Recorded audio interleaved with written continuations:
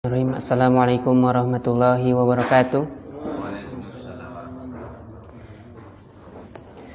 Alhamdulillahirabbil alamin. Assalatu wassalamu ala asrafil anbiya'i wal mursalin nabiyyina wa maulana Muhammad wa ala alihi wa man tabi'ahum bi ihsanin ila yaumiddin.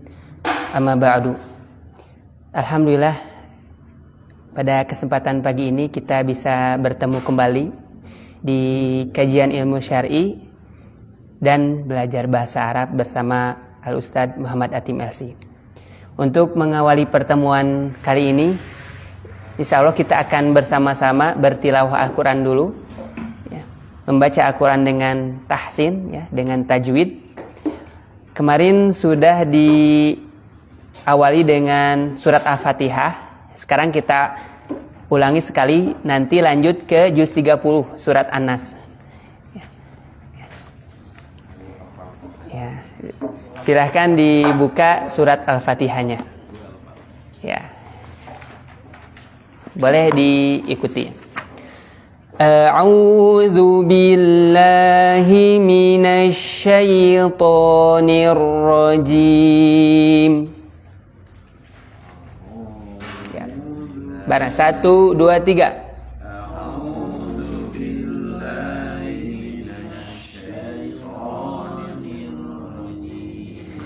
Bismillahirrahmanirrahim.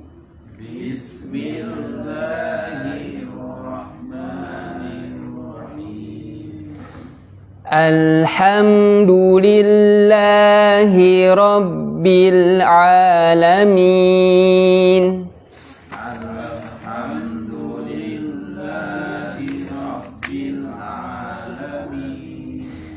Ar-Rahmanir-Rahim.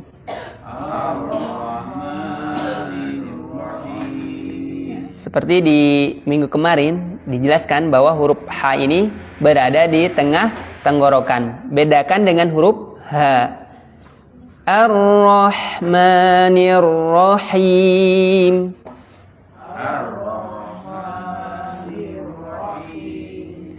Maliki yaumiddin.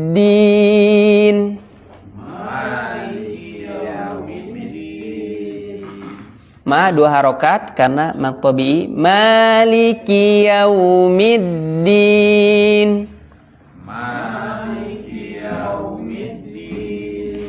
Iyyaka na'budu wa iyyaka nasta'in.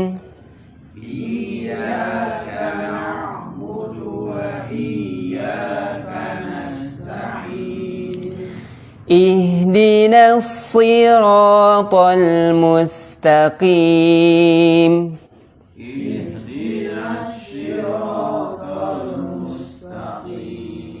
Shad ujung lidah ke gigi seri bawah. Ihdinas si. Ya, jangan ihdinas si. Kalau ihdinas si ke huruf apa? Babu sin. Ihdinas siratal mustaqim.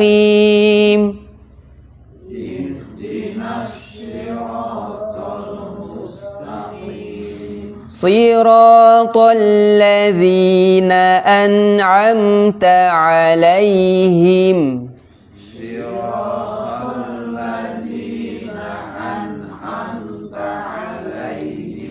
Ghairil maghdubi 'alaihim waladdallin.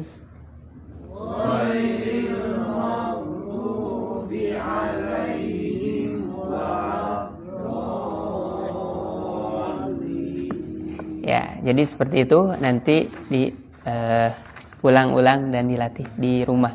Sekarang kita buka surat An-Nas. Ya. Kadang di surat An-Nas ini sering gitu, terjadi banyak kesalahan, baik lahan jali atau khofi. Lahan jali itu kemarin kesalahan yang merubah arti Al-Quran. Contohnya tertukar huruf itu ya. Bismillahirrahmanirrahim. Bismillahirrahmanirrahim.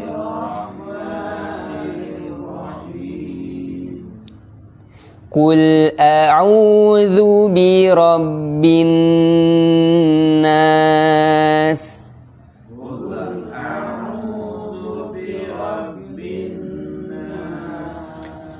Qaf tebal, lam tipis. Qul a'udzu bi rabbin nas. Nun tasdid itu gunnah. Jadi kita tahan. Qul a'udzu bi rabbin nas. 1, 2, 3.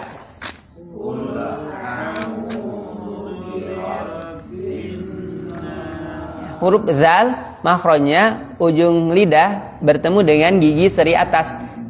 Qul a'udzu tidak boleh tertukar dengan huruf zai. Zu. Tapi zu. Tidak boleh ada desis itu seperti z. Qul a'udzu zu ya, itu ke huruf zai.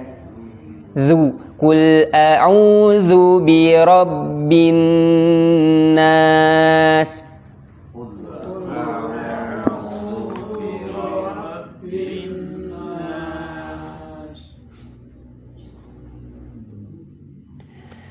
Malikin nas.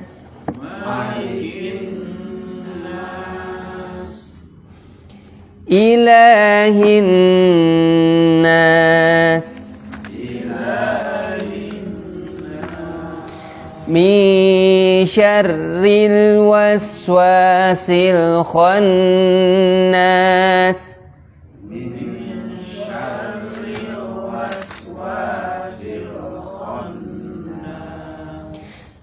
Alladzi yuwaswisu fi sudurin nas. Alladzi yuwaswisu fi sudurin nas. Minal jinnati wan nas.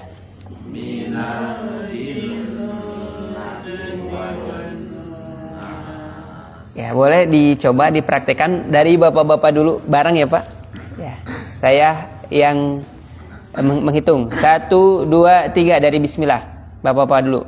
Bismillahirrahmanirrahim.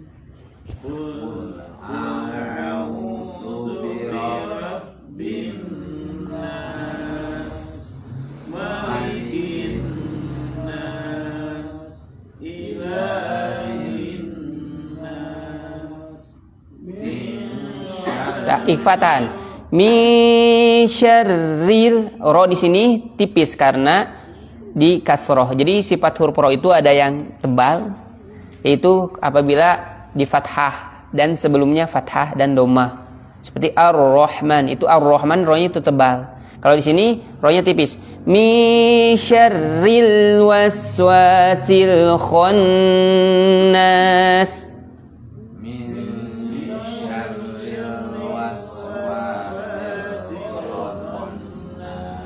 Ya.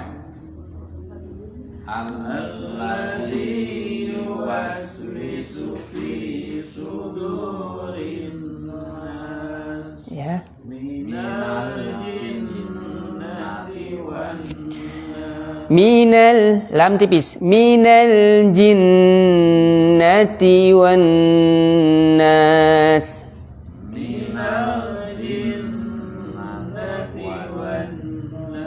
Ya, Masya Allah. Sekarang ibu-ibu silakan.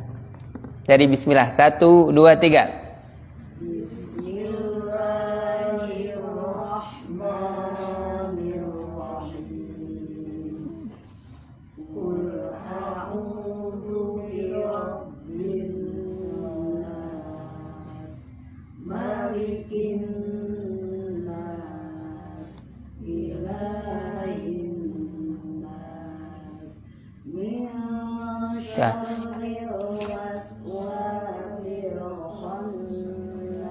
Ya, tahan di ming.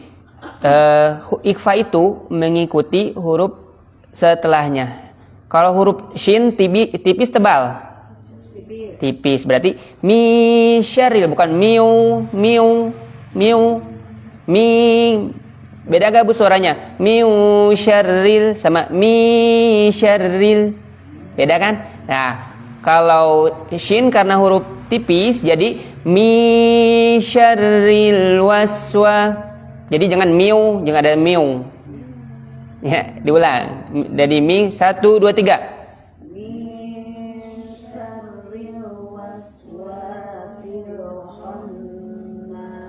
Ya.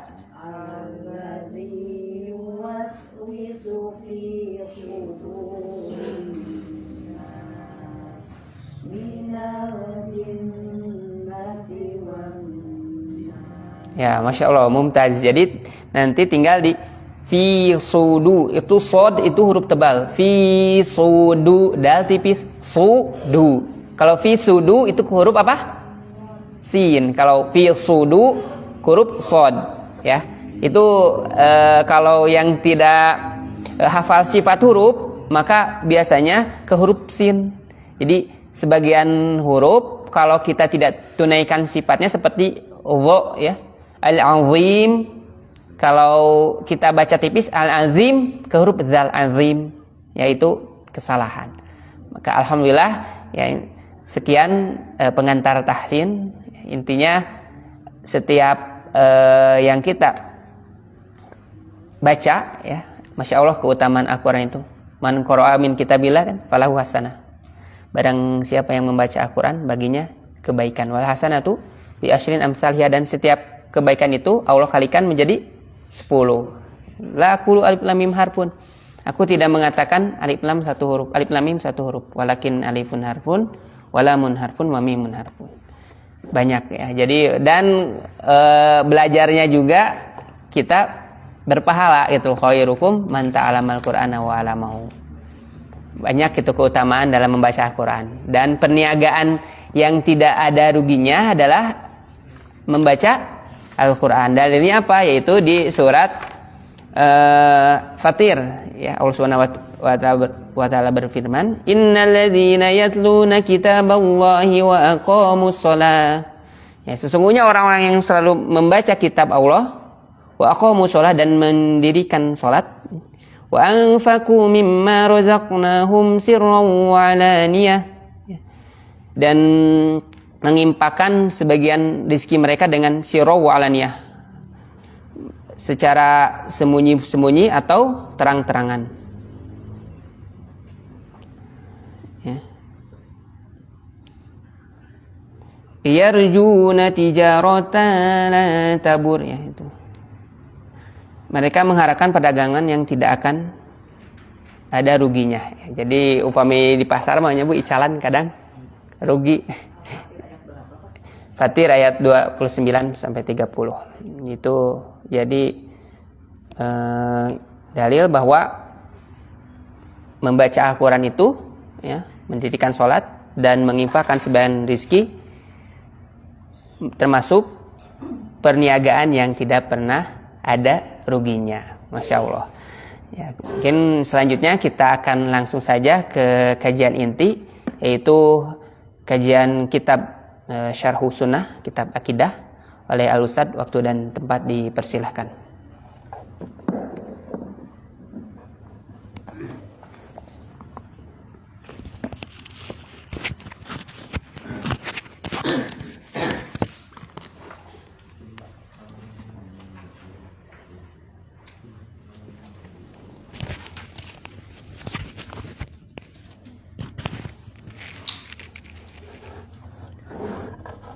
Innal hamdalillah nahmaduhu wa nasta'inuhu wa nastaghfiruh wa na'udzu billahi min shururi anfusina wa min sayyiati a'malina. May yahdihillahu fala mudilla lahu wa may yudlil fala hadiyalah. Asyhadu an la ilaha illallah wahdahu la syarikalah wa asyhadu anna Muhammadan abduhu wa rasuluh alladzi la nabiyya ba'dah ma ba'du. Alhamdulillah para bapak ibu jamaah rahimakumullah. Kita bersyukur kepada Allah di pagi hari ini kembali dipertemukan dalam kajian kita, ya. Akademi Tafaqquh Fiddin. Setiap hari Sabtu dimulai dari jam 9 insyaallah sampai zuhur nanti. Di kajian kita ini kita ingin mencoba untuk mempelajari ilmu-ilmu Islam ini secara lengkap ya insyaallah. Dimulai dengan tahsin ya, mempelajari, memperbaiki bagaimana bacaan Al-Qur'an kita. Ya, karena barangkali selama ini kita membaca Al-Qur'an belum benar gitu bacaannya. Ya, jadi kita ingin membaca Al-Qur'an sebagaimana dibaca oleh Nabi. Karena hukum membaca Quran sesuai tajwid itu hukumnya wajib, fardu ain. Ya. Adapun mengetahui teori-teorinya itu tidak fardu ain, fardu kifayah. Ya, makanya pelajari Quran itu adalah dengan talaki, kita mendengar dari guru ya, kita mengikutinya. Ya, seperti tadi alhamdulillah sudah dibimbing oleh Ustaz Supri ya. Nah, kemudian kita berikutnya akan mengkaji di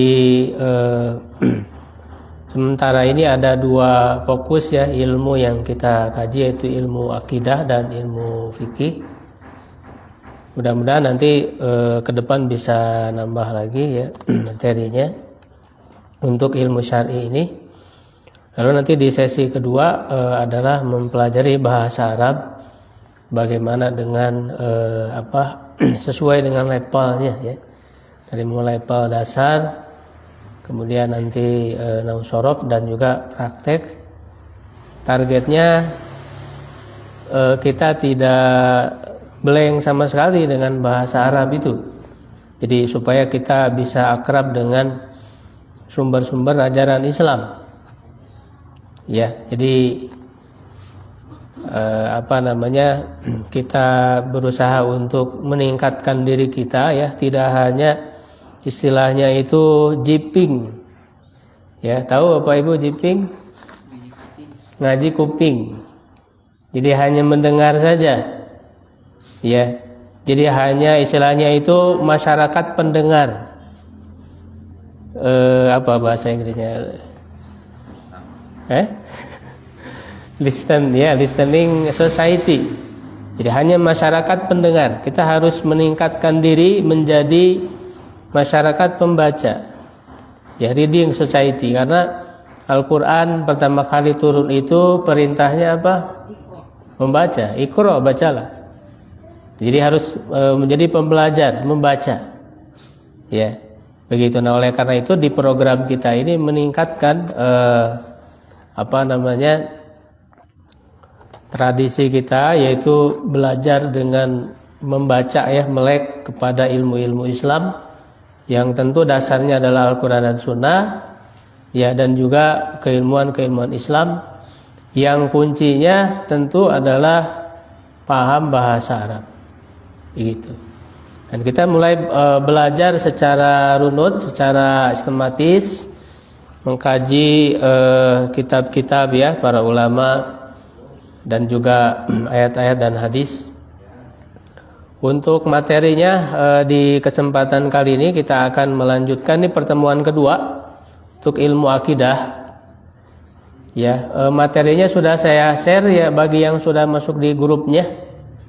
Ya, yang belum nanti mungkin bisa memberikan nomor WA, nanti bisa atau ada formulir yang bisa diisi supaya bisa dimasukkan ke dalam grupnya. Sementara sudah saya kirim PDF-nya ya di grup kita ya, ATF Akademi Tafaqquh Fiddin Al-Itqan. Di situ ada dua, yang pertama matan Syarh Sunnah, yang kedua berisi ayat dan hadis. Di pertemuan pertama sudah kita bahas tentang dasar akidah Islam. Jadi dasar akidah Islam itu adalah 6 rukun iman ya, sebagaimana dalam hadis Jibril. Malaikat Jibril yang bertanya kepada Nabi tentang iman, Islam dan ihsan. Yaitu dijawab oleh Nabi tentang iman itu 6 rukun iman ya.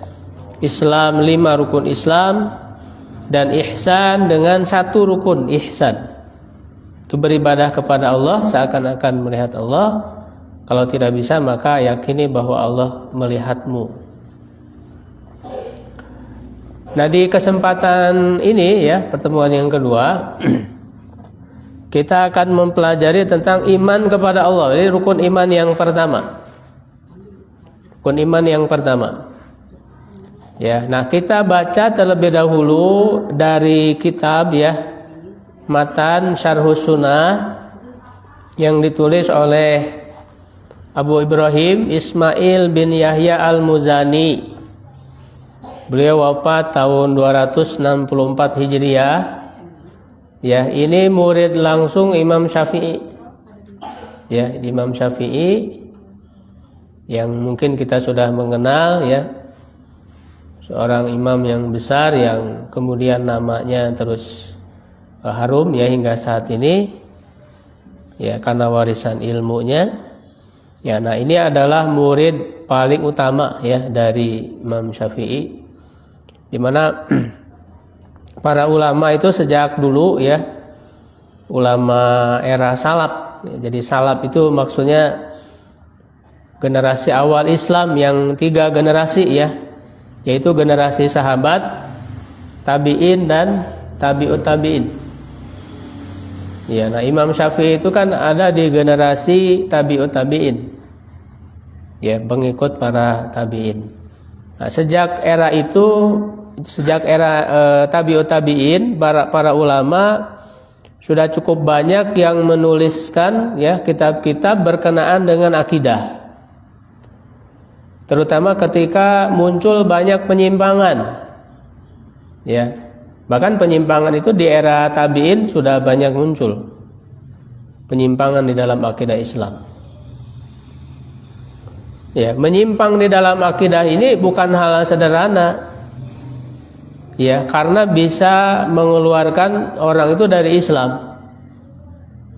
Ya, nah inilah yang paling penting ya di dalam beragama itu, di dalam berislam itu adalah akidah. Karena akidah itu pondasi, sebagaimana yang sudah kita bahas di pertemuan pertama, bahwa akidah itu adalah pondasinya, akarnya.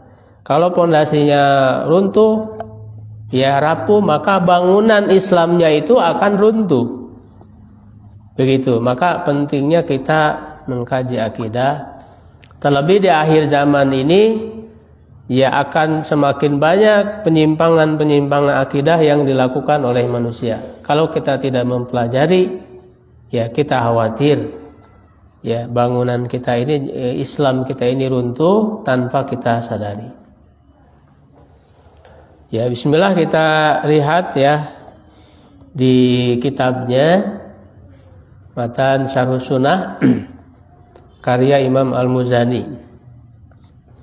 Di muqaddimah dulu pengantar ya, beliau mengatakan bismillahirrahmanirrahim. Asamanallahu wa iyyakum. Semoga Allah menjaga kita dan juga kalian bittaqwa dengan ketakwaan. Wa waffaqana wa iyyakum, dan memberikan taufik kepada kita dan juga kalian. Ya, taufik itu hidayah ya untuk bisa mengamalkan. Karena hidayah itu kan ada 2. Ya, ada hidayah irsyad. Hidayah irsyad itu artinya hidayah untuk mengetahui ilmunya. Sedangkan hidayah taufik itu untuk bisa menerima dan mengamalkannya. Jadi hidayah itu ada 2. Nah, kalau hidayah taufik itu murni hanya dari Allah saja. Ya, sedangkan hidayatul irsyad, hidayah memberi petunjuk dalam arti mengajarkan ilmunya, itu bisa dilakukan oleh manusia. Dilakukan oleh Rasulullah. Makanya kata Allah, innaka latahdi ila siratim mustaqim. Sesungguhnya engkau Muhammad benar-benar bisa memberikan hidayah kepada jalan yang lurus. Maksudnya hidayatul irsyad. Hidayah memberikan ilmu, menyampaikan ilmu. Ya, nah kita juga melalui pengajaran, kajian, ya, pengajian itu namanya hidayatul irsyad. Ya, dalam rangka memberikan ilmu. Nah, adapun hidayah taufik, ya, yang bisa membuat orang itu menerima kebenaran yang disampaikan, mau mengamalkannya, ilmu yang sudah diajarkan, ya, itu hanya murni dari Allah saja. Nabi Muhammad sendiri tidak bisa memberikan hidayah ini, termasuk kepada pamannya sendiri, Abu Thalib. Makanya di surat Al-Qasas, ya, dikatakan innaka la tahdi man ahbabta. Sesungguhnya engkau tidak bisa memberi hidayah kepada orang yang engkau cintai. Walakinnallaha yahdi may yasha. Tetapi Allah lah yang memberi hidayah kepada yang Dia kehendaki. Jadi hanya Allah yang memberikan hidayah. Maksudnya hidayah apa? Hidayah taufik. Ya, hidayah taufik. Begitu. Jadi semoga Allah memberikan taufik kepada kita dan juga kepada kalian bimuwafaqatil huda. Ya, dengan bisa berkesesuaian dengan petunjuk.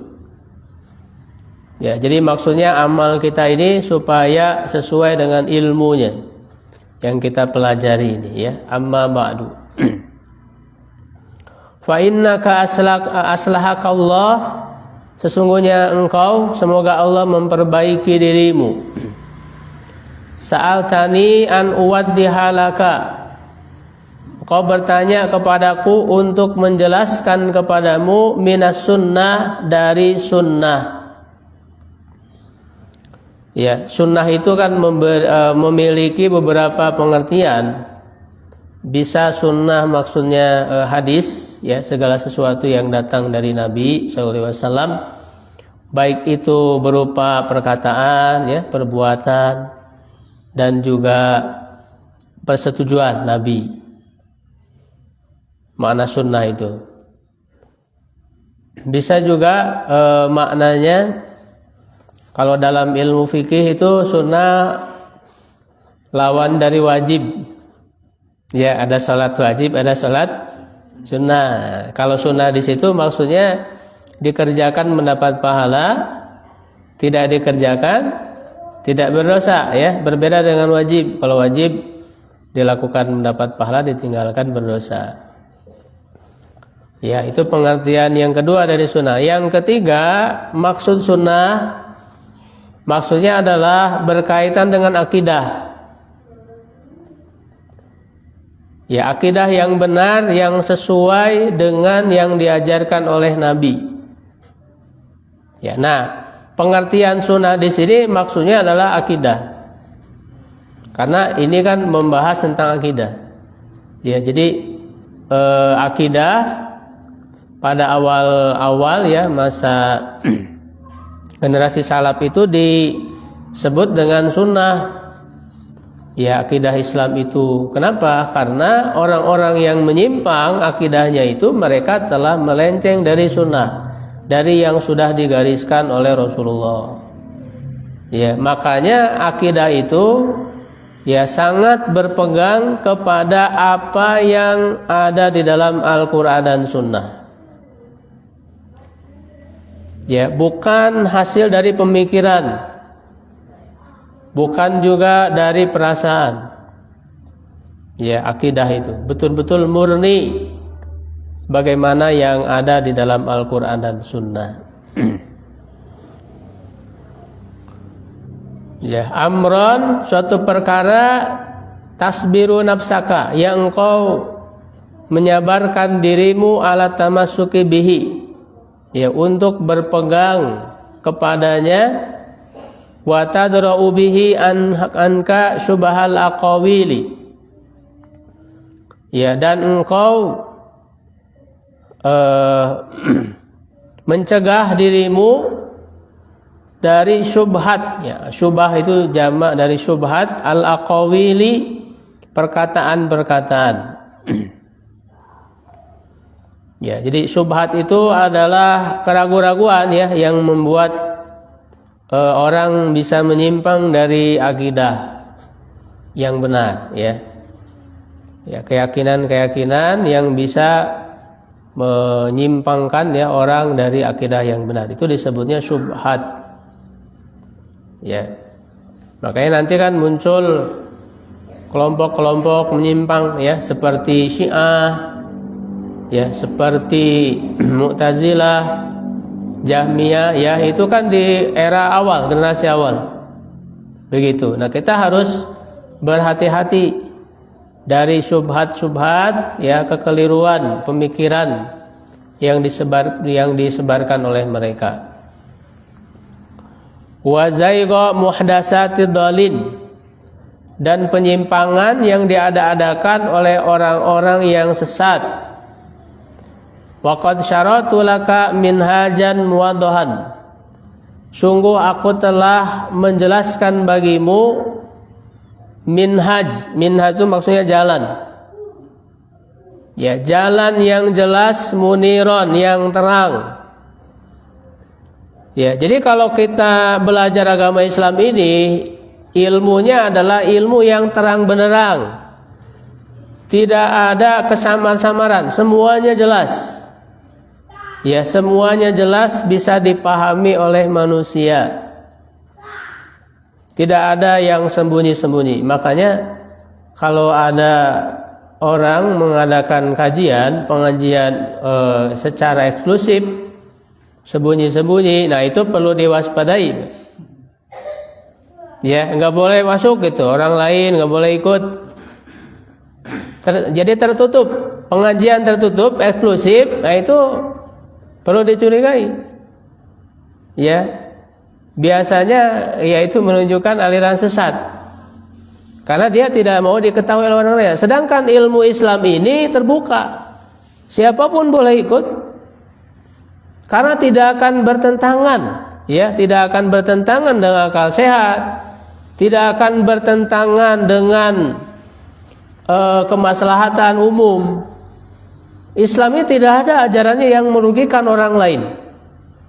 Bahkan orang-orang non-muslim sendiri, ya, itu sangat dihormati, ya, karena mereka juga adalah manusia yang dimuliakan oleh Allah. Tidak ada hak-hak mereka yang diambil, yang dirampas. Sehingga ilmu Islam ini terbuka. Ajaran Islam ini bahkan dia harus disampaikan ke semua orang dimanapun mereka berada. Tidak boleh dibatasi. Ya, tidak boleh dibatasi. Allah menginginkan agama Islam ini nampak. Ya, makanya dalam pembukaan yang biasa kita baca, ya, dalam hamdalah itu apa? Innallahilladzi arsala rasulahu bil huda wa liyudhhirahu 'alad dini kulli. Ya, agar Allah menampakkan agama Islam ini di atas seluruh agama. Ya, jadi harus sampai agama Islam ini ke semua orang, bahkan sampai di pelosok-pelosok semua. Ya, jadi ciri agama Islam ini terang benderang, terbuka, ya, bisa didengar, disimak oleh siapapun dan tidak boleh tertutup. Terbuka, makanya kita live streaming seperti ini.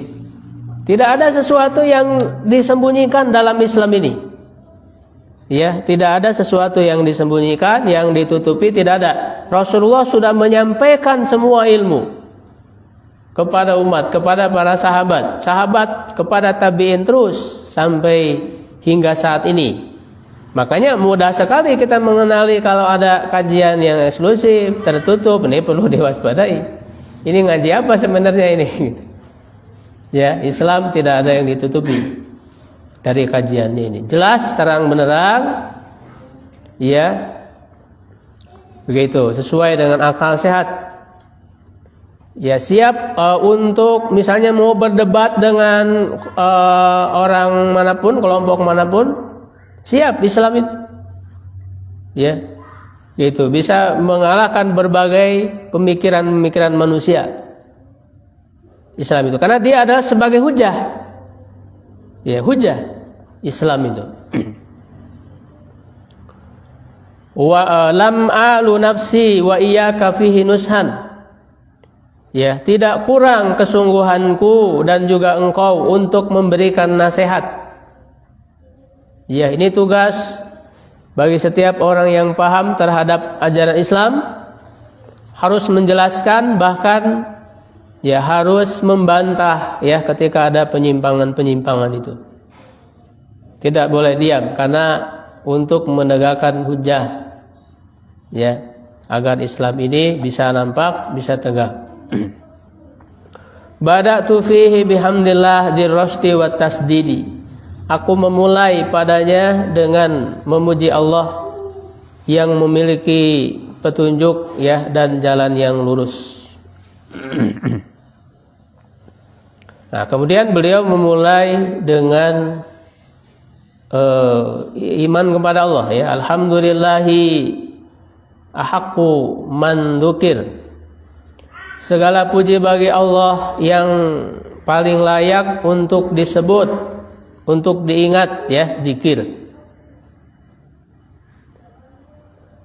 Jadi yang harus selalu kita sebut ya di lisan kita itu ya harusnya adalah nama Allah, bukan nama-nama yang lain.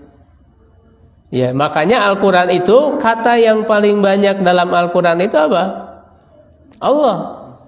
Kalau kita hitung kata apa yang paling banyak di dalam Al-Quran, itu adalah Allah. Lafaz Allah itu yang paling banyak di dalam Al-Quran. Artinya kita harus sering menyebut nama Allah, berzikir kepada Allah.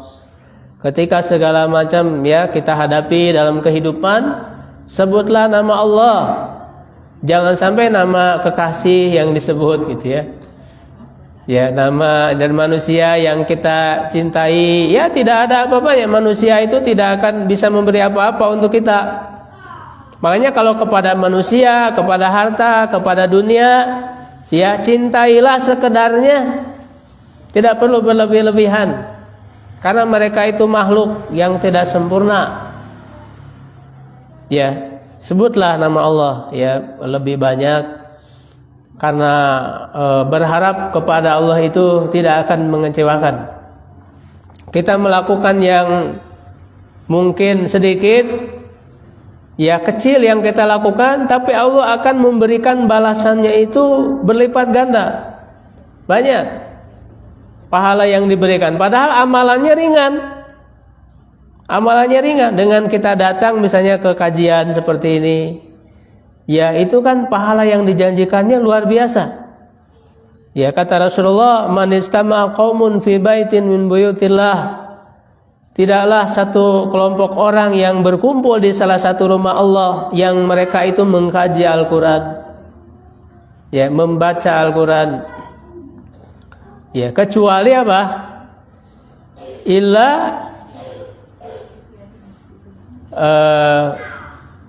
mereka akan diliputi dengan akan diberikan sakinah, ketenangan, ketentraman. Jadi kalau nyari ketentraman nggak usah bingung, datang aja ke masjid, ikuti kajian-kajian. Ini sudah dijanjikan oleh Allah melalui lisan Rasulnya. Akan diberikan sakinah, diberikan rahmat, kasih sayang Allah. Ya bahkan Allah akan menyebut-nyebut siapa saja orang yang hadir dalam kajian tersebut. Ya dengan bangganya Allah menyebut si fulan dengan namanya, dengan nama kita. Ya. Gitu oleh Allah Subhanahu wa taala. Bahkan setiap langkah kaki kita kan, langkah kaki kanan akan ditingkatkan derajat, langkah kaki kiri akan digugurkan dosa-dosa kita. Ini luar biasa Pak, padahal cuma datang ke majelis kekajian seperti ini saja. Ya, tapi pahalanya luar biasa. Jadi yang penting mah datang dulu, mau paham enggak paham itu urusan belakangan. Karena yang kita kejar itu pahala itu. Pahala ya, kemudian keridhaan ya dari Allah gitu, rahmat. Kalau soal paham mah itu mah bonus rezeki gitu ya. Karena kan Allah itu memberikan rezeki pemahaman itu beda-beda. Walaupun dalam majelis yang sama, ya, tapi rezeki pemahaman itu bisa berbeda diberikan oleh Allah. Ya, ada yang pahamnya itu banyak, gitu, ada yang sedikit. Ya, itu rizki yang Allah berikan. Jadi yang penting kita menjaga keistiqomahan ya, untuk terus bisa menghadiri kajian seperti ini ya, supaya kita tetap berada di jalan yang benar ya. Jadi Allah itu yang lebih berhak untuk selalu disebut. Makanya nggak usah pakai perantara ya. Minta tolong langsung aja kepada Allah. Jangan malah nanti yang disebutnya bukan nama Allah. Sebut nama-nama yang lain yang dianggap sebagai wali. Ya, dijadikan perantara. Kan ada itu. Nah, ini hati-hati, bisa terjerumus kepada kemusyrikan. Ya. Gitu dia ada orang yang bukannya menyebut nama Allah, dia malah memanggil misalnya Abdul Qadir Jailani. Ya. Itu orang-orang Syiah yang dia panggil itu Husain, ya Husain, ya Husain gitu. Padahal kita diajarkan langsung saja sebut nama Allah. Kita memohon pertolongan kepada Allah. Tidak ada lagi makhluk di antara kita dengan Allah. Ya. Wa aula man syukir, dan yang lebih utama untuk disyukuri. Kepada orang saja kita mau berterima kasih. Ya, kenapa kepada Allah tidak berterima kasih? Padahal nikmatnya itu luar biasa diberikan kepada kita. Wa alaihi, ya usni ya. Dan kepadanya saya memuji. Nah, baru kemudian menjelaskan tentang sifat-sifat Allah yang utama ya, Al-Wahidus Shomad. Allah itu yang Maha Esa, yang Maha bergantung seluruh makhluknya. Nah, jadi ini mulai membahas tentang iman kepada Allah, mengenal Allah Subhanahu wa taala. Karena dari 6 rukun iman itu yang paling inti adalah iman kepada Allah. Nah, apa makna iman kepada Allah? Ya, iman kepada Allah itu ya yang paling inti sebagaimana dalam syahadat kita. Dalam syahadat kita mengatakan apa? Asyhadu an la ilaha illallah wa asyhadu anna Muhammadan Rasulullah. Aku bersaksi bahwa tidak ada Tuhan selain Allah. Nah, jadi beriman kepada Allah itu intinya adalah mentauhidkan Allah, mengesahkan Allah, dalam arti meyakini bahwa Allah itu satu-satunya Tuhan. Ya, itu makna dari iman kepada Allah. Ya, iman itu apa? Mungkin perlu didefinisikan dulu makna iman. Secara bahasa iman itu percaya atau membenarkan, at-tasdiq. Ya, al-imanu at-tasdiq, lughatan at-tasdiq. Iman itu menurut bahasa maknanya percaya atau membenarkan.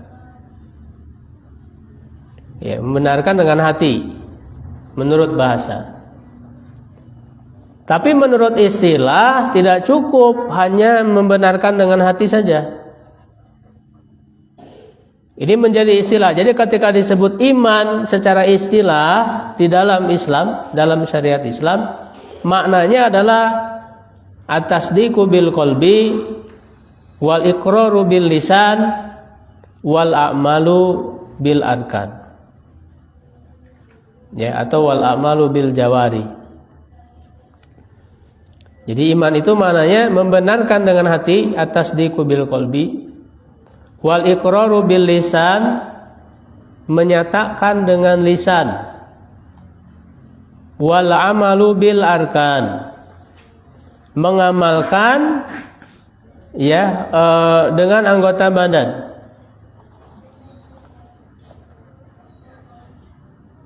Jadi bukan hanya sekedar meyakini dalam hati saja. Makanya orang yang akan masuk Islam itu harus mengucapkan syahadat. Kalau orang itu belum mengucapkan syahadat, dia tidak dianggap sebagai orang Islam. Walaupun hatinya misalnya udah mulai meyakini nih bahwa hanya Allah ya saja Tuhannya. Hatinya sudah meyakini, tapi dia tidak menyatakan dengan lisan. Ya, maka belum dia masuk Islam. Makanya tadi iman itu secara istilah itu lengkap tadi, mencakup 3 hal itu. Bukan hanya meyakini dalam hati, tapi harus diucapkan dengan lisan. Yang ketiga harus mengamalkannya. Tidak bisa ya ketika orang itu sudah meyakini lalu mengucapkan dengan lisan, setelah itu tidak ada amal apa-apa yang dia lakukan. Harus ada amalan yang dia lakukan. Khususnya yang wajib-wajibnya minimal, yang rukun-rukunnya. Yang paling utama adalah sholat. Sholat 5 waktu, sholat yang wajib. Itu kan yang paling utama, amalan yang paling utama dibanding amalan-amalan yang lain. Makanya ada perbedaan pendapat di kalangan ulama, kalau ada orang Islam tidak sholat 5 waktu. Ini ada dua pendapat kalangan ulama. Apakah orang itu masih muslim ataukah sudah tidak lagi menjadi orang Islam? Sudah kafir. Ada 2 pendapat ya di kalangan ulama itu. Kalau orang tidak melaksanakan sholat 5 waktu, ya. Ada yang mengatakan dia masih muslim, ada yang mengatakan dia sudah kafir. Karena ada hadis-hadis yang menunjukkan perbedaan antara muslim dan kafir itu sholat 5 waktu. Begitu. Nah, jadi intinya iman itu tidak cukup hanya dengan hati, dengan lisan, tapi harus ada amal ya yang dilakukan. Ya. Gitu. Walaupun dalam keyakinan Ahlus Sunnah orang yang melakukan dosa besar tidak otomatis kafir, tidak.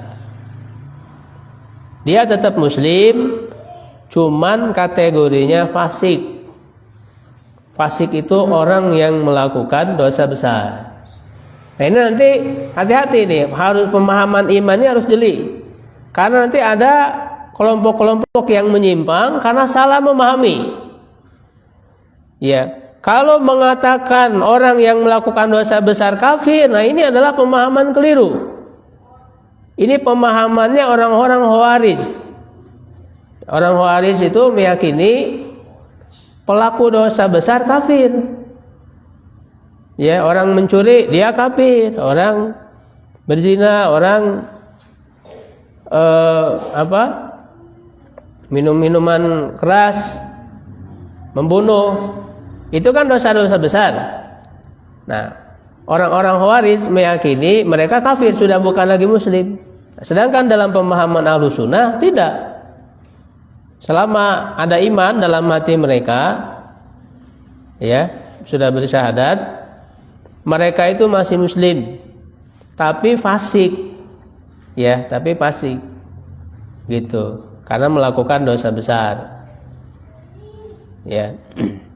Nah, jadi dari sekian banyak amal-amal ya, khususnya yang wajib-wajib itu harus ada yang dilakukan oleh orang beriman itu. Jangan sampai tidak ada sama sekali amal yang dilakukan. Kalau tidak ada sama sekali amal yang dilakukan, dia belum muslim, belum beriman.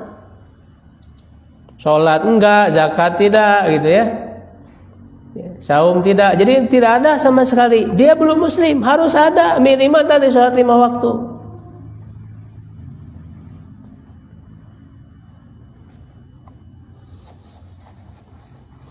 Nah, iman kepada Allah artinya mentauhidkan Allah Subhanahu wa taala.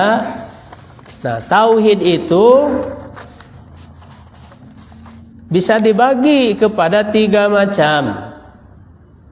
Itu ada di makalah ya yang saya bagikan dalam Aqidah Ahlus Sunnah yang berisi ayat dan hadis. Ya, yaitu tauhid rububiyah, uluhiyah dan asma wa sifat.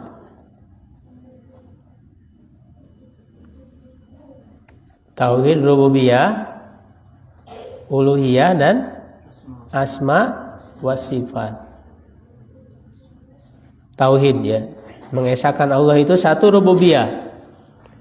Rububiyah itu artinya kita meyakini bahwa hanya Allah lah satu-satunya Tuhan yang menciptakan, yang mengatur dan menguasai. Sekali lagi, iman tauhid rububiyah itu apa? Meyakini Allah satu-satunya yang menciptakan, mengatur atau mengurus dan menguasai. Kalau bahasa Arabnya ifradullahi bil khalqi wat tadbiri wal mulki. Jadi mengesahkan Allah, jadi meyakini bahwa Allah satu-satunya yang menciptakan, yang mengatur dan menguasai. Nah, tauhid uluhiyah meyakini bahwa Allah satu-satunya Tuhan yang diibadahi, yang disembah. Ifradullahi bil ibadah. Ya. Dan yang ketiga asma wa sifat, nama dan sifat. Meyakini bahwa Allah memiliki nama-nama dan sifat-sifat ya, yang menyendiri, yang berbeda dengan seluruh makhluknya.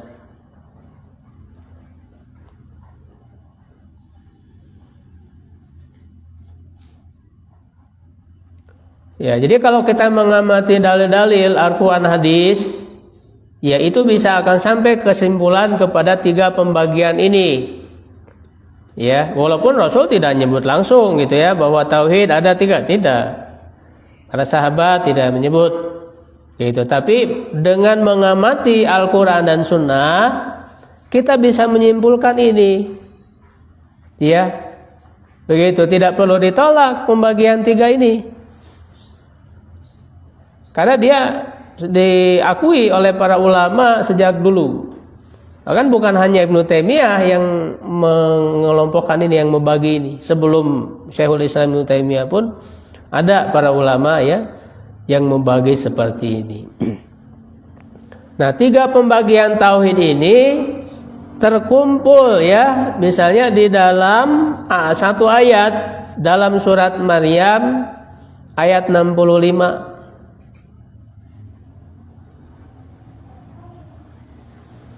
Surat Maryam ayat 65. Rabbus samawati wal ardi wa ma bainahuma. Allah itu adalah Rabb. Nah, kata rububiyah itu dari kata Rabb, Tuhan. Langit dan bumi dan apa yang ada di antara keduanya. Rabbus samawati wal ardi wa ma bainahuma. Jadi Allah yang tadi Rabb itu maknanya menciptakan, mengatur dan menguasai. Ya, Allah yang menciptakan, mengatur, menguasai langit, bumi dan seluruh isinya. Jadi seluruh makhluknya. Rabbu kulli syai', Allah adalah Rabb segala sesuatu. Ya, fa'budhu, maka beribadahlah kepadanya. Wastabir li ibadati, dan bersabar untuk beribadah kepadanya. Ini tauhid apa? Uluhiyah, atau disebut juga ubudiyah, karena beribadah hanya kepada Allah. Jadi tiga tauhid ini harus lengkap, tidak bisa hanya sebagian. Kalau hanya orang meyakini bahwa dia yakin yang menciptakan ini Allah, yang mengatur alam semesta, yang menguasai semuanya itu Allah, tapi dia tidak beribadah hanya kepada Allah, dia misalnya menuhankan yang lain juga, maka dia tidak disebut sebagai orang yang bertauhid secara benar. Karena orang-orang jahiliyah dulu, orang-orang musyrik ketika ditanya, kan ada di dalam ayat, siapa yang menciptakan langit dan bumi kepada orang-orang jahiliyah dulu? La yaqulunallah. Mereka mengatakan adalah Allah. Jadi mereka meyakini bahwa yang menciptakan, yang mengatur adalah Allah. Tetapi mereka ketika beribadah tidak langsung kepada Allah, tapi melalui apa? Ya, melalui berhala, patung-patung. Dan mereka menyembah patung itu juga tujuannya apa? Menyembah Allah. Di surat Az-Zumar bisa dilihat. Ketika ditanya, apa kalian tuh tujuannya menyembah patung-patung itu? Mereka mengatakan, mana abudul asnam illa liuqarribuna ilallahi zulfa. Kami tidak menyembah patung-patung berhala kecuali agar mendekatkan kami kepada Allah. Tuh, tujuannya juga menyembah Allah. Nah, itulah musyrik. Kemusyrikan itu bukan berarti tidak menyembah Allah. Bisa saja orang menyembah Allah, ya, tapi dengan cara yang salah, dengan cara mengadakan perantara-perantara, itulah musyrik. Jadi yang disebut ibadah yang benar itu hanya beribadah kepada Allah, tidak ada lagi yang lain. Itu mana tauhid itu? Karena orang-orang Buddha, orang-orang Hindu juga kan, kenapa mereka ada berhala-berhala? Banyak dewa-dewa. Itu kan sebetulnya ada Tuhan yang satu juga kan mereka itu sebetulnya. Ya. Cuman supaya mudah katanya buat manusia kan Tuhan tidak bisa terlihat gitu, dibuatlah patung-patung gitu sebagai simbol. Ya kan? Apa bedanya? Ya, jadi kita diajarkan ibadah kepada Allah semata dengan cara, dengan syariat yang diberikan kepada kita. Jadi bukan dengan hayalan. Karena orang itu kan dengan hayalan kan dihayalkan, oh kira-kira Tuhan itu begini, begitu. Dibuat simbol-simbol, ya. Itu makanya melalui Rasul yang diutus oleh Allah itulah kita tahu bagaimana cara menyembah Allah yang benar. Ya, maka menyembah Allah itu harus sesuai syariat. Tidak bisa sekehendak sendiri, sesuai hayalan ataupun perkiraan sendiri, tidak bisa. Ya, makanya penting kenapa kita harus belajar dengan ilmu. Jadi beragama itu dengan ilmu, bukan dengan hayalan, bukan dengan perkiraan, bukan dengan perasaan. Ya, makanya pertama kali wahyu itu turun, perintahnya Iqra, baca, belajar. Begitu, belajar Islam ini. Dan yang menyebabkan orang itu menyimpang, sesat, ya karena tidak belajar, ya karena tidak tahu ilmunya. Ya. Bahkan selepas Rasulullah itu kan Jazirah Arab dipenuhi oleh orang-orang yang murtad, yang sesat. Ya, kecuali Mekah dan Madinah dan juga Taif, ya. Nah, kenapa di Mekah Madinah misalnya tidak masuk kesesatan ke dalamnya? Karena mereka kuat secara keilmuan. Jadi supaya kita tidak tersesat, ya harus bersungguh-sungguh di dalam belajar. Mempelajari ilmu agama, ya. Tidak ada batasnya sampai akhir hayat terus begitu. Supaya kita tetap istiqomah. Hal ta'lamu lahu samiyya? Apakah kamu mengetahui ada yang sama dengan dia? Jadi tidak ada yang sama dengan Allah. Makanya di sini mentauhidkan ya nama dan sifat Allah. Jadi supaya mengenal Allah ini gimana caranya? Yaitu tadi bukan dengan hayalan dan perkiraan, tapi Allah sudah memperkenalkan tentang dirinya melalui Al-Quran dan hadis. Nama-nama Allah bagaimana, sifat-sifat Allah bagaimana. Allah itu Maha mendengar, Maha melihat, ya, esa, ya, zatnya itu. Ya, dan sifat yang utamanya itu kan di surat Al-Ikhlas itu, ya, yang sudah kita hafal, qul huwallahu ahad, Allahus samad, lam yalid wa lam yulad wa lam yakul lahu kufuwan ahad.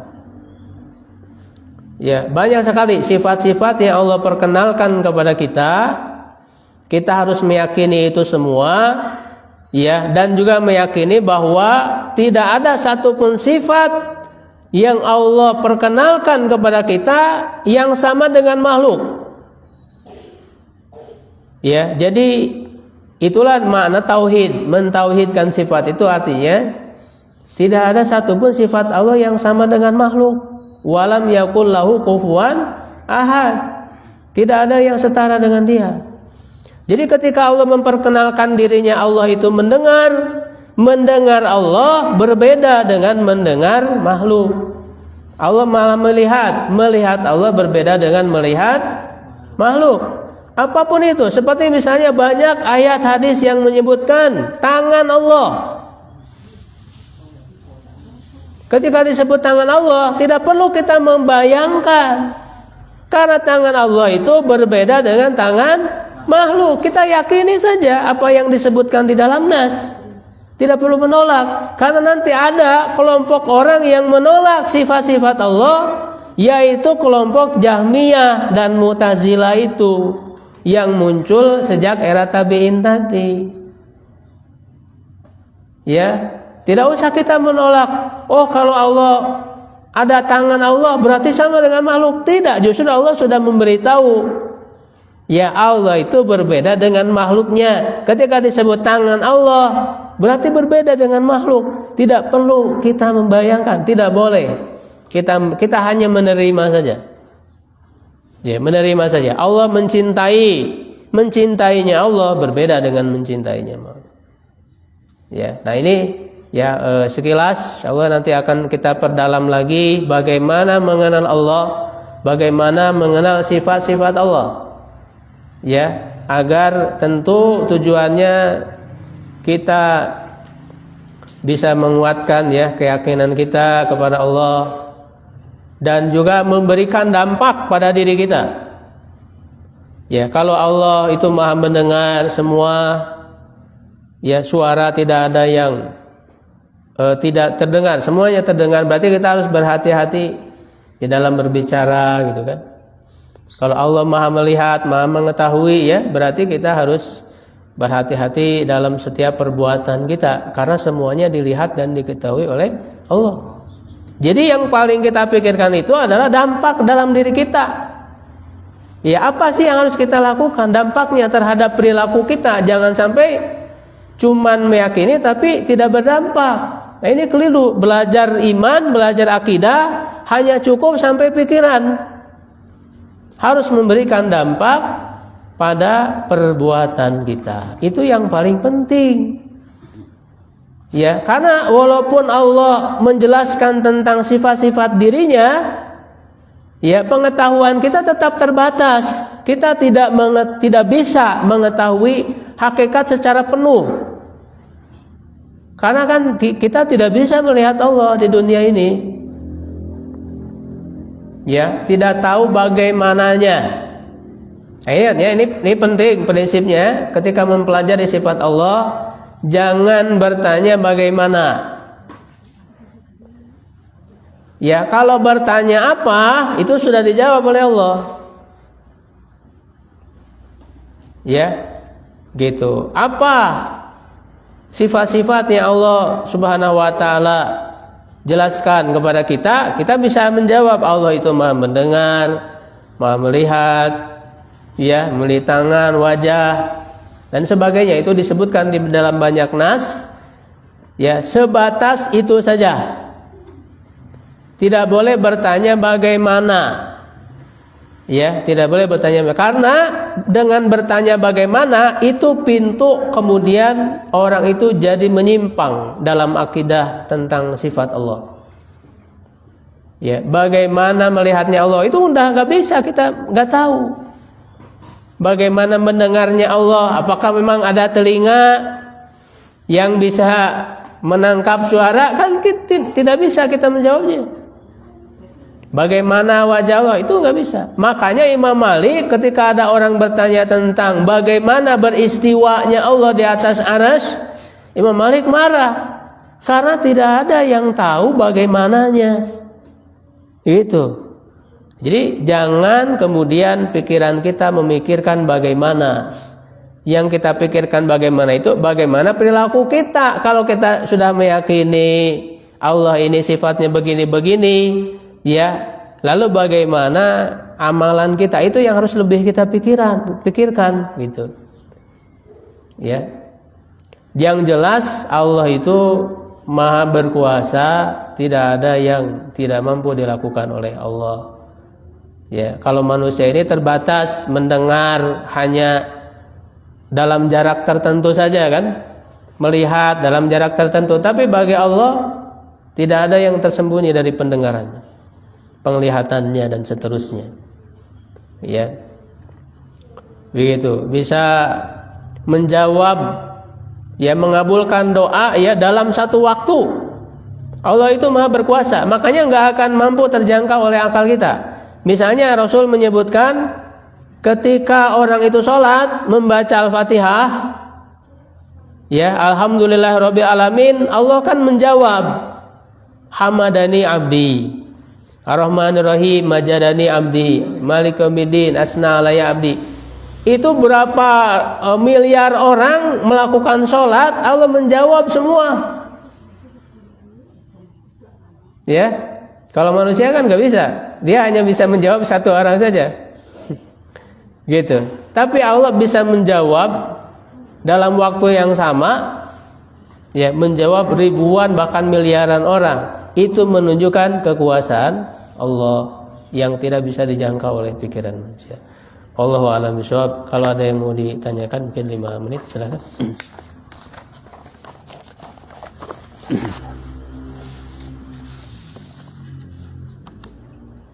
Ada pertanyaan, Pak? Bu, silakan. Kalau ada. Kenaan dengan iman kepada Allah, ya, kita mengenal dasar dulu, insya Allah nanti diperdalam lagi tentang sifatnya. Silakan. Jalan Supri. Assalamualaikum warahmatullahi wabarakatuh. Waalaikumsalam. Assalamualaikum. Terkait tauhid tadi kan uluhiyah, rububiyah dan asma wa sifat. Iya. Ya, kalau misalkan tauhid uluhiyah kan itu beribadah hanya kepada Allah.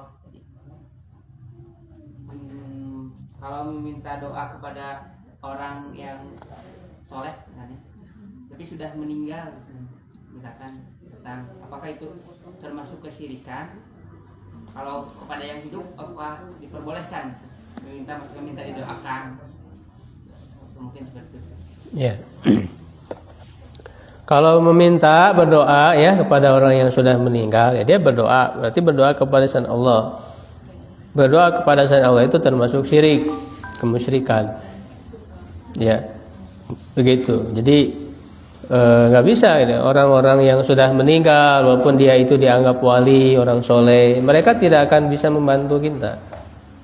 Ya. Gitu, meminta gitu kepada mereka, dan walaupun misalnya alasannya untuk bertawasul, ya, begitu. Nah, tawasul ini yang dibenarkan, ya, secara syariat, ya, itu cuma 2 saja. Tawasul itu kan artinya ada wasilah untuk menguatkan doa, ya, pada saat meminta kepada Allah itu. Yang pertama tawasul dengan asma wa sifat. Jadi sebelum kita doa itu sebutin dulu nama-nama, ya, sifat Allah apa gitu, ya Rahman, ya Rahim gitu. Sebut nama Allah baru berdoa. Itu bertawasul dengan asma dan sifat, nama dan sifat Allah. Yang kedua, bertawasul dengan amal soleh yang sudah kita lakukan. Seperti kisah 3 orang yang terjerumus di dalam gua itu. Ya, dia kan tertutup pintunya, dari gua itu nggak bisa keluar, tertutup batu besar.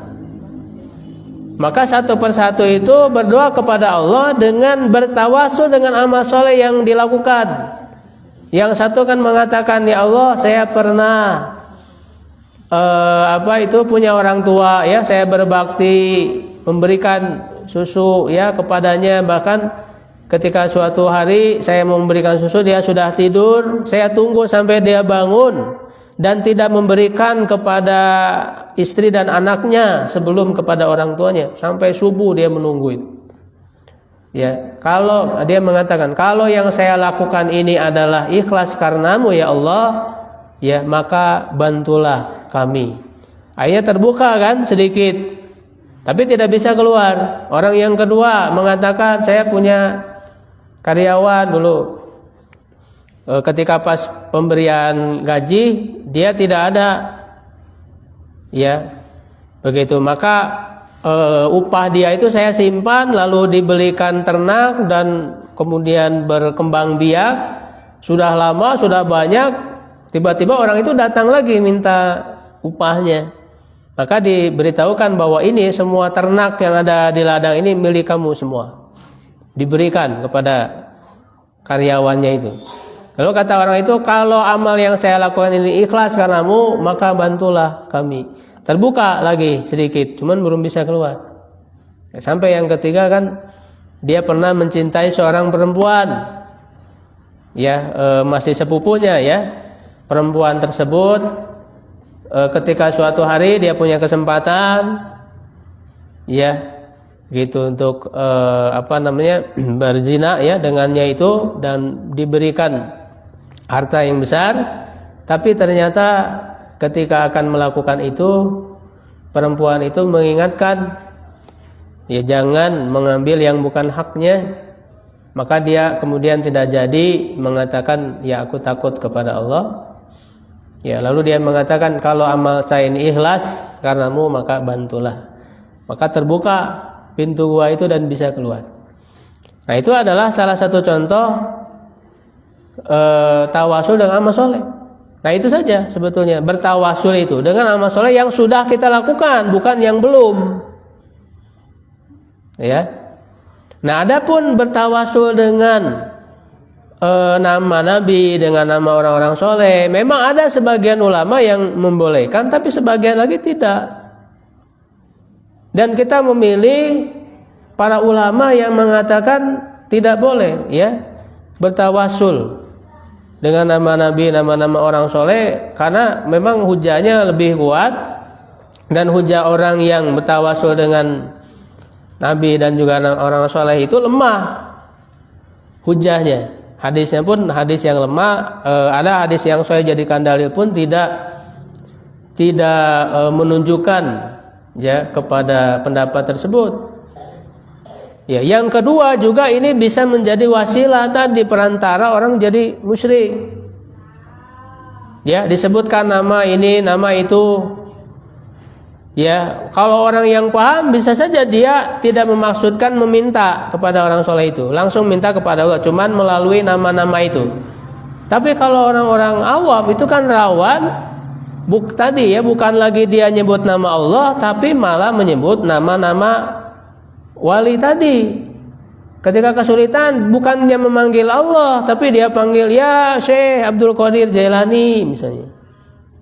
Ya Syekh Anu gitu. Sehingga dia itu malah ya memanggil berdoa kepada makhluk. Nah, ini sangat rawan kepada kemusyrikan. Orang datang ke kuburan. Tujuannya apa? Meminta, kan punya sesuatu, punya keinginan. Disampaikan kepada para penghuni kubur itu, akhirnya terjadi kemusyrikan. Makanya kenapa kita tolak? Karena ini sangat rawan dan sudah terjadi pada faktanya, membuat orang itu musyrik, meminta kepada selain Allah. Berbahaya sekali. Begitu. Makanya sebetulnya dalam prinsip dalam agama itu tidak hanya menolak dosa atau hal-hal yang haram, tapi juga kita harus menolak segala hal yang mengantarkan kepada dosa, segala hal yang mengantarkan kepada keharaman. Kita juga harus mencoba untuk mencegahnya. Apalagi umat kita kan banyaknya awam, tidak tahu. Ya, begitu. Saddud darai, mencegah terlaksananya perbuatan-perbuatan dosa. Ya, saya kira cukup dulu, insyaallah nanti dilanjutkan di pertemuan yang akan datang. Ya, mudah-mudahan tidak puas sehingga terus ya menggali lagi. Ada lagi, Pak? Ya, satu lagi. Silakan. Penasaran. Patung Soekarno ya. Iya. Bagaimana apakah kekhawatiran lah. Ya, betul. Takut akidah kita tercemar sehingga lama kelamaan ya akan menyembah itu. Takut seperti itu jadi. Ya, harus kita tolak sebagai seorang muslim. Selain tadi itu adalah patung-patung itu menjadi berhala-berhala nantinya ya yang disembah ya. Yang kedua juga membuat patung itu sendiri juga tidak sedikit yang mengharamkannya. Ya, membuat patung itu sendiri. Karena walaupun misalnya tidak disembah, ya itu menyerupai orang-orang musyrik. Ya, yang membuat patung-patung itu. Dan juga larangan membuat patung bukan hanya karena disembah, tapi karena dikultuskan, dibesar-besarkan, diagung-agungkan. Ya, orang kan mengagung-agungkan gitu. Tokoh segala macam. Lalu dibuatlah patung, itu tidak boleh dalam Islam. Tidak boleh. Ya, dan juga kan dulu ketika para penyembah berhala ini pada saat dibuat patung-patung pada awalnya bukan untuk disembah. Ya, itu kan pertama kali penyembahan patung berhala itu di zaman Nabi Nuh. Itu disebutkan di surat Nuh itu. Ya, la tadarunna waddaw wala suwa'u wala yaghutsa wa ya'uqa wa nasra. Itu kan nama-nama berhala itu. 5 itu. Nah, dulu ini adalah orang-orang soleh. Orang-orang soleh supaya dikenang gitu, jasanya dimuliakan, diagungkan, dibuatlah patung. Awalnya tidak disembah, tapi kan lama kelamaan generasi berganti generasi akhirnya disembah. Ya, tidak boleh. Selain bisa menyebabkan adanya kemusyrikan di kemudian hari, ya juga secara hukum juga haram membuat patung yang tadi tujuannya untuk diagung-agungkan, ya dikultuskan, dikenang gitu. Tidak harus dengan cara seperti itu, Pak, dalam Islam itu untuk mengenang jasa orang, ya dikaji warisannya seperti apa gitu. Ya, bukan dengan dibuatkan patung, bukan. Ya, jadi hal seperti ini perlu kita tolak bagi orang Islam ya untuk jaga akidah kita ya, jangan sampai tercemari begitu ya. Allahu a'lam bishawab. Qulu qouli hadza astaghfirullah li wa lakum. Assalamualaikum warahmatullahi wabarakatuh. Dilanjut bahasa Arab ya.